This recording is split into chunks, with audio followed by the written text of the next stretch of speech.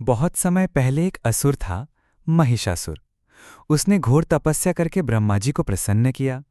वरदान मांगते समय उसने चालाकी की और कहा, हे प्रभु, मुझे कोई देवता, दानव या असुर कभी न मार सके। ब्रह्मा जी ने वरदान दे दिया। वरदान के बल पर महिषासुर अजेय हो गया। वह स्वर्गलोक पर चढ़ाई कर बैठा, इंद्रदेव को हराया और देवताओं को स्वर्ग से निकाल दिया। स्वर्ग से वंचित देवता दुखी होकर ब्रह्मा, विष्णु और महेश के पास पहुंचे।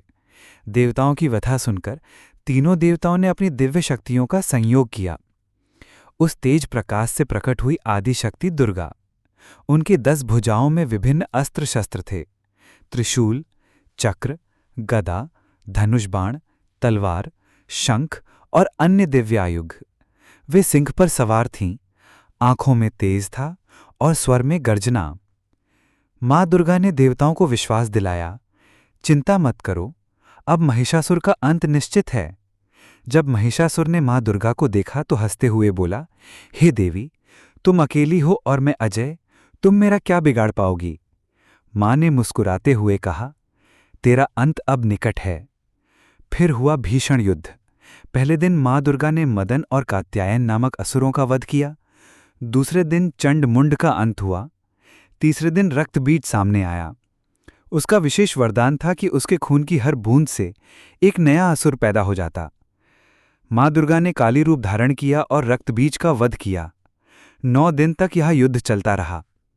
10वें दिन मां दुर्गा ने स्वयं महिषासुर का वध किया। महिषासुर कभी भैंसा बनता, कभी दानव, कभी शेर का रूप लेता, पर मां ने हर रूप में उसे पराजित किया। अंततः त्रिशूल से वार कर मां दुर्गा ने उसका वध किया। देवता प्रसन्न हुए, स्वर्गलोक पुनः सुरक्षित हो गया और समस्त संसार में आनंद छा गया। तभी से नवरात्रि और दुर्गा पूजा का पर्व मनाया जाता है। नवरात्रि मां के 9 रूपों की आराधना का समय है। दशहरा यानी विजयादशमी उस दिन की याद है जब मां ने महिषासुर का वध कर अच्छाई की जीत सुनिश्चित की। दुर्गा पूजा हमें यह संदेश देती है कि बुराई चाहे कितनी भी शक्तिशाली क्यों ना हो, अंततः सत्य और धर्म की विजय निश्चित है। इस पर्व पर हम सभी मां से यही प्रार्थना करें कि हमारे जीवन से दुख, भय और अज्ञान का नाश हो और सुख, शांति और समृद्धि का वास हो। जय माता दी।